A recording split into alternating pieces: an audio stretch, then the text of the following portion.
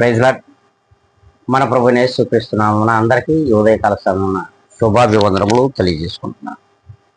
ఈ దినం దేవుడు మనకిస్తున్నటువంటి వాగ్దానం, యాకోబు రాసినటువంటి పత్రిక 4వ అధ్యాయము 12వ లేఖనాన్ని మనం చదువుకుందాం. దేవుడే రక్షించుటకును నశింప చేయుటకును శక్తిమంతుడై ఉన్నాడు. అవును, ఈ లోకంలో ఎవరు నశించిపోవాలన్నా,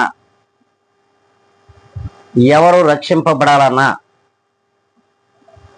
దేవుడు మాత్రమే శక్తిమంతుడై ఉన్నాడు. ఏ ఒక్కడు కూడా ఏ లోకంలో శక్తిమంతుడు కాదు.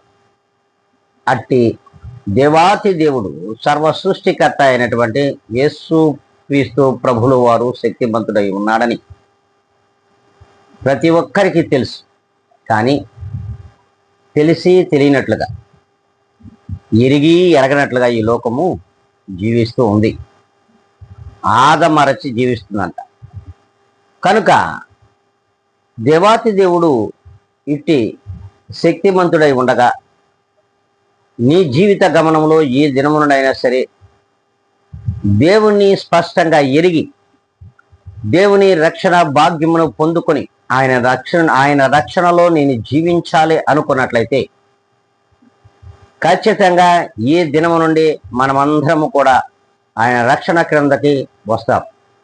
అలా కాదు అనుకుంటే నశించిపోతామని దేవుని వాక్యం సెలవిస్తుంది. కనుక ఈ దినము నుండి వీక్షించున్న ప్రతి ఒక్కరూ ఆయన రక్షణ కిందకు రావాలనుకున్నట్లయితే అందరం కూడా ప్రార్థనలోకి వెద్దాం. తలలు వంచుకుందాం, కళ్ళు మూసుకుందాం. మహాగణుడా, పరిశుద్ధుడా, ప్రేమ కలిగిన మా తండ్రి, ఎంతైనను నీవే నమ్మదగిన దేవుడువు, రక్షించుటకు సమర్థుడవై ఉన్నటువంటి దేవుడువు. ఎవరైతే నేను నమ్మి విశ్వసించి నీ రక్షణ భాగ్యమును పొందుకుని ఉన్నారో ప్రతి ఒక్కరిని రక్షించమని బ్రతిమలు అనుకుంటున్నాం.